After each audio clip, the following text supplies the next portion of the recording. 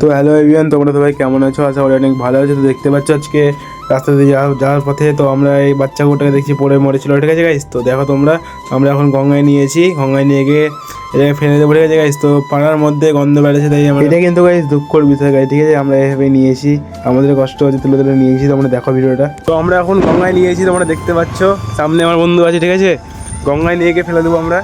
তো দেখো তোমরা ভিডিওটা।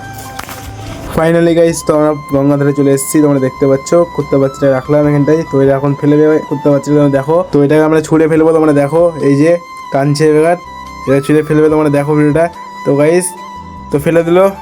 তো গাইস, আমরা ফেলে দিয়েছি কুত্তা বাচ্চাটা গঙ্গাতে, ঠিক আছে? তোমরা দেখতে পাচ্ছ। তো এই বন্ধুটা বাড়ির সামনে পড়েছিল কুত্তা বাচ্চাটা।